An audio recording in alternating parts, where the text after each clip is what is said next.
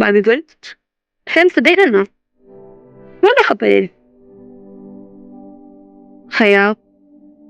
ته په ما ډېره ګرانه یې بالکل لکه د وړې خور په شان بابي ګل ما ته پته ده دې کې د وینا څه حاجت دی حاجت شته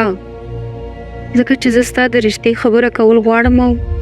هسې نه چې ستا په زړه کې څه راشي اما رشته چا سره د خان لالا د ملګری دی زموږ نه زیات مالدار دی او خاندانی خلک دي خو زلمی هلک نه سړی دی څوک سړی د ولس باندې تورګل بابي ګل زه لا واده نه کوم که تورګل دی او که سپین ګل دی ورته وایي چې ځان له بل کورګي رشته وکړي